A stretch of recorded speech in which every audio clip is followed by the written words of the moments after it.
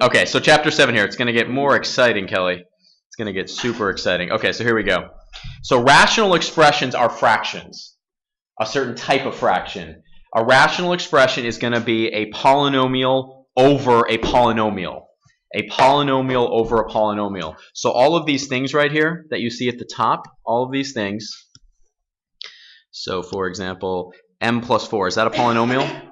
Yep, it's a polynomial. Is m minus 2 a polynomial?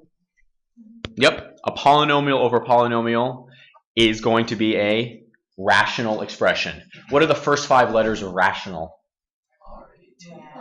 Ratio. It's a ratio. First 5, not first 6, but yes, close. So the way you can remember it is it's a ratio of polynomials. They say it a little differently. In arithmetic, irrational numbers, the quotient of 2 integers, blah, blah, blah, blah, blah.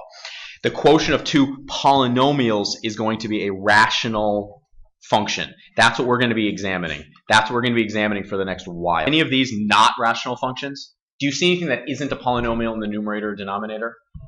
You sure? Which one? So let's call this one, we'll call this one, I don't know, Q if we wanted to. Any of them? Is 2 by itself a polynomial? It is. It is. It's just a constant. A constant is a polynomial. The kinds of things you can't have are fractional powers or negative powers, and it wouldn't be a polynomial. Okay? So all of these are rational functions. So what we're looking at right now are, we're going to start looking at what the domain of these functions are. The domain. The domain is the set of all things that you're allowed to plug in. You're going to generally start with the phrase, all real numbers, and then what word is going to come after that? Except is the word that's going to come next. So this function right here, see this one? Is that a rational function? It is. You can plug in any number you want into that, except for what can x minus 5 not equal? Cannot equal. It can't equal 0. So on this one, x minus 5 can't equal 0, so x can't equal 5. So what would the domain of f be? X such that x does not equal what? 5. That's what you would state as the domain of the first one. So the first thing we're going to do with rational functions is find the domain. What about A? What about A right here? Can someone tell me what the domain of A is? Someone just raise their hand. Tell me, what is it? X such that x is not equal to 2. Yeah. So it's all real numbers except for 2. You can plug in anything you want, because what happens if you plug in 2 into that one? So where is that? That's in the, nope, denominator. You can't divide by 0. Okay, so what about B here? It gets a little bit more fun. What about B? You know that you can't have a denominator equal to 0. So what can't equal 0 on B? Say it, the denominator. What is the denominator? X squared minus 4x plus 3 can't equal what? 0. So how do you solve something like that? Oh, we just did a whole, we have to factor it. Can someone factor that for me? Someone raise their hand and tell me what that factored form is. That's a nice one. Why is that nice to factor? The leading coefficient is 1. Nate, what does that factor into? 4 x plus nope. x minus 4? Nope. X minus 3 and x minus 1. There you go. So you know that can't equal 0. So x can't be equal to 3, or x can't equal 1. So what would the domain of this one be? X such that x cannot equal 3, comma 1. You can say it like that. Or, I mean, another way to say this would be, all, you can write a sentence, all real numbers except 3 and 1. That's right. What about this one? What's the domain of C? Is there anything you can't plug in? No. So what's the domain? Yeah, domain. You can write it a few ways. Equals ARN, which is all real numbers. You could also say it's negative infinity, infinity, like that. What about the R's? Or you could just say like this. Yeah, all real numbers. That's totally fine. I prefer saying all real numbers. Yeah. But either way, any of those 3 is fine. What about D right here? D looks a little tricky. Is there anything you can't plug in? Well, you can't divide by 0, right? Is there any way to make x squared plus 4 equal 0? Is there any way to make x squared? Ma? No, can you not? Ma? It's not factorable, so that doesn't necessarily mean there can't be a 0. But is there anything? What's the smallest value x squared plus 4 can be? 1. How? What do you plug in to make it equal 1?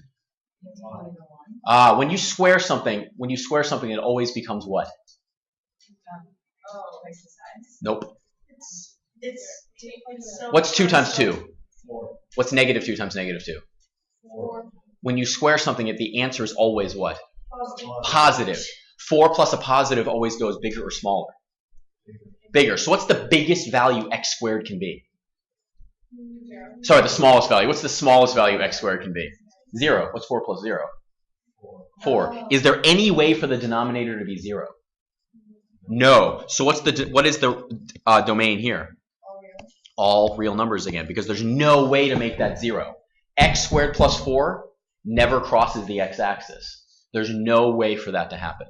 There's no way for that to happen. Fundamental property, and it's fundamental. I think you believe in it. A over B is equal to AC over BC. Because what have you effectively multiplied by to get from A over B to AC over BC? What have you multiplied by? C over C. You've multiplied by 1. You haven't multiplied by C. You've multiplied by C over C. What this is telling you is that, is this reversible? Can you go left to right and right to left on this? Yeah, if you have AC over BC, what cancels? You've already done this before. The C's cancel. So they're calling this the fundamental property of rational numbers. You're going to use this to simplify expressions.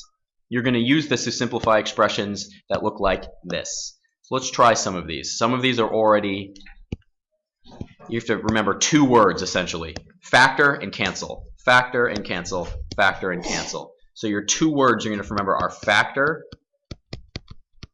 and cancel. What's nice about A? What has already been done for you? The factoring has already been done for you. So is there anything you can cancel, Kelly? Is there anything that's the same on the top and the bottom? Yeah, so what cancels? X plus 2. So you cancel those, and what are you left with? X plus 5 over X minus 3. Done. What's the domain of that final answer? What's the domain of this right here? All real numbers, All right numbers. except, Or negative 5. nope, 3 and nope, just 3. The numerator can be 0. Can the denominator be 0? Oh. So what's the domain of this one right here? 3. No, the domain is all real numbers except 3. why is it negative? Because negative 3 minus 3 is negative 6. That's why. Okay, so that one was already factored. That's kind of nice. What about B right here? What about B? Is that factored? So do this for me. Factor the numerator and the denominator on B. So factor this for me. Factor that for me.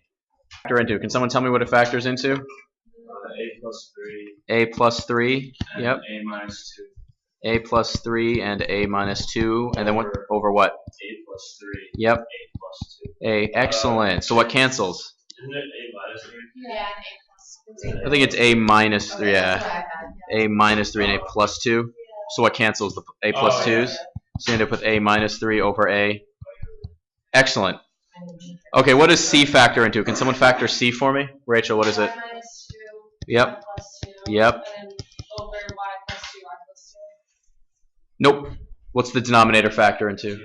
2 times y plus 2. So what cancels? And you're left with y minus 2 over 2. Awesome. What about D? Do you remember what D is? What is the top? What is the top? That's difference of cubes. So what does that factor into? X minus 3 times, anybody remember? X squared Minus, something is it 9? minus It's xy. So it's going to be x times, so 3, right? Oh, Minus 3x plus what? 9 all over what? X minus 3. What cancels? Yeah. And you're done. Just get it. Yep. You just get x squared minus 3x plus 9. Correct. So what? Now on this one, is there anything we can do to simplify this? Yeah. Yeah, I did. What can you do on F? Make it What could you make it?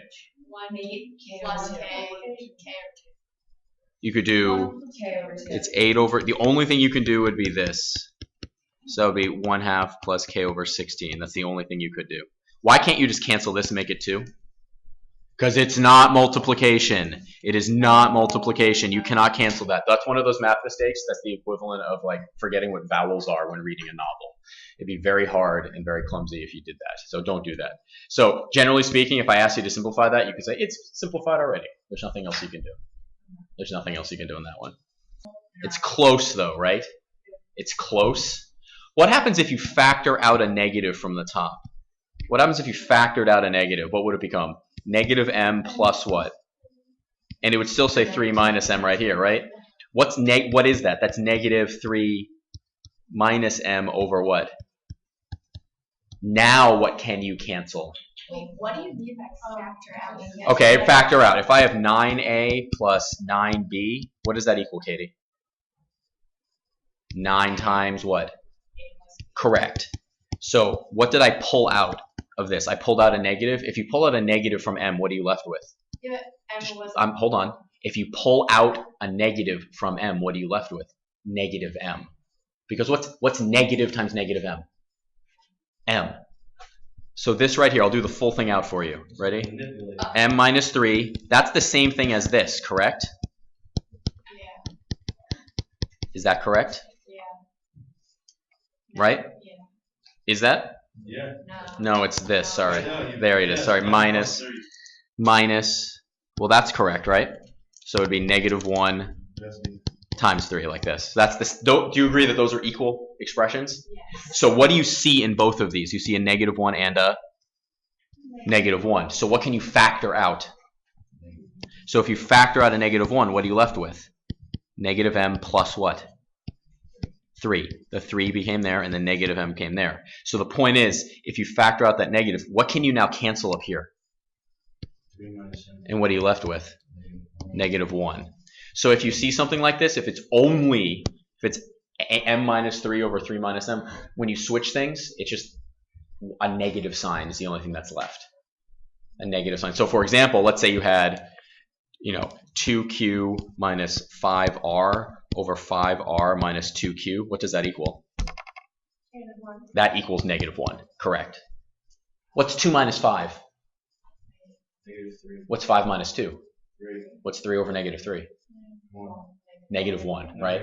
So if you just switch the order of subtraction, all you've done is switch the sign of the value. That's it. So factor first. Is there anything we can factor in the first expression right here? 5. Yeah, you could factor out 5, and what does it become? P minus 1 over p times 3p squared. Oh, can we factor the denominator here? 10 times what? Is there anything I can cancel now? P minus 1. Yeah. Now you can cancel this, and what does this thing equal? Can you cancel the 5 and 10? Yeah, we can cancel the 5 and make that a 2. So what do we, so what are we left with? I won't cancel it all. Let's just do this out. 3p squared over what?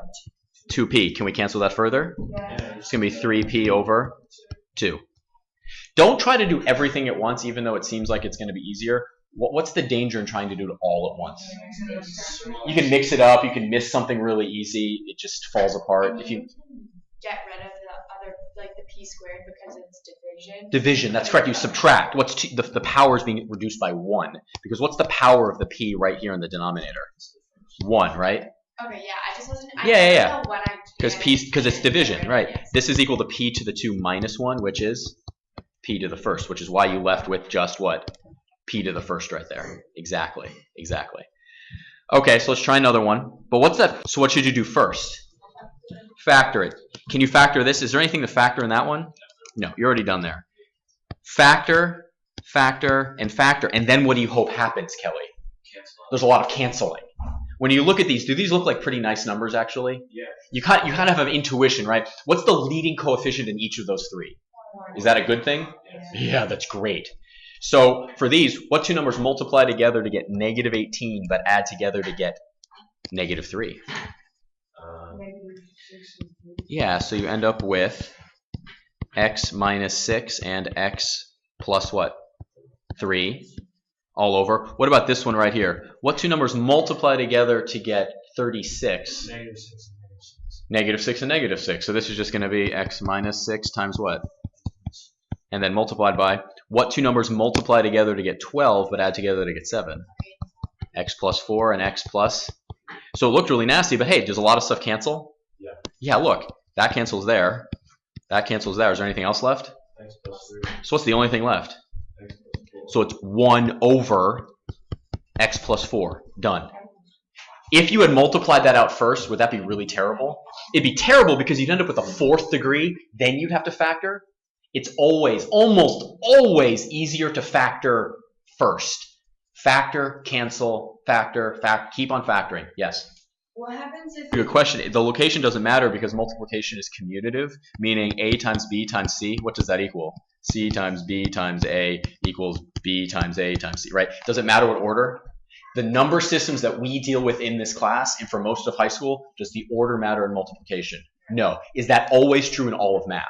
No. There are some number systems where the order really, really matters, where you could have two things, switch the order of multiplication, and you get totally different answers. Those are really powerful things in coding when the order matters. We talk about that later, maybe if we have time in this class. Has anybody heard of matrices before? You can put numbers in a matrix, which is like a grid. Oh, yeah.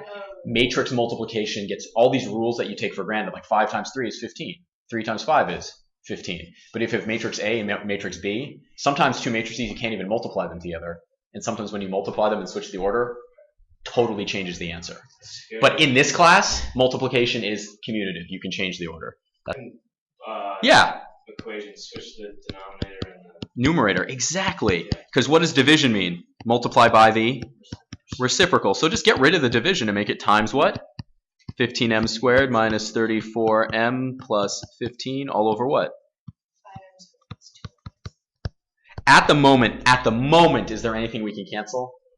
No. So the nasty thing right now, as Nate pointed out, is that the leading coefficient is no longer what? 1. You have a lot of things that aren't 1. At least though, what's the nice, quote unquote, nice thing about 3 and 5? At least they're what? They're primes themselves. So how many different ways can you break apart 5? There's 1 and 5 and 5 and 1, right? Also, yeah. So there's a limited number of things, but is this just going to be testing, factoring? Yeah. But once it starts falling apart, things should start canceling. Do you feel confident, given enough time, you could factor this and simplify? Can we do it? Yeah. You know what? Let's try it out here. How about this? We're going to break. What does the numerator of the first one factor into? Hannah, what did you get? I got 5m minus 3 Yep. and m plus 4. That sounds great. And then what's the second numerator factor into? Second numerator? 5m Yep. minus 3, 5m minus 5. 3m minus 3m minus what? Yeah, 3m minus 5, sorry. 3m minus 5? Do we already switch the numerator? Yep. Mm-hmm. And what's the denominator here? What's the bottom right denominator? 5m plus 3. Yep. Left 5m plus 3. Times what? M minus 1. Good. And what about the last one, Nate? Oh, we have 3m squared. Oh, no, sorry, 3m minus 5. Yep. M plus 4. M plus 4. Great. Now there's a lot of things that cancel. Yeah, that cancels there, right? Anything else cancel? The 5m minus 3 and the 3. Oh yeah, 3m minus 5 and the 3m minus 5. Is there anything else that cancels? 5m minus 3, but they're both on the top. Yeah, they don't cancel, so it's going to be 5m minus 3 squared over 5m plus 3 times what? M minus 1. And can you go any further than that? Yes. Really? What can you do? There's difference of, Nope. Wait. There's nothing else you can do. You're done. So if I asked you for most simplified form, this would be awesome because A, you've gotten rid of all of the common factors in the numerator and denominator, and you fully factored the answer. This would be great. Does it help when you share the factoring problems? Yeah.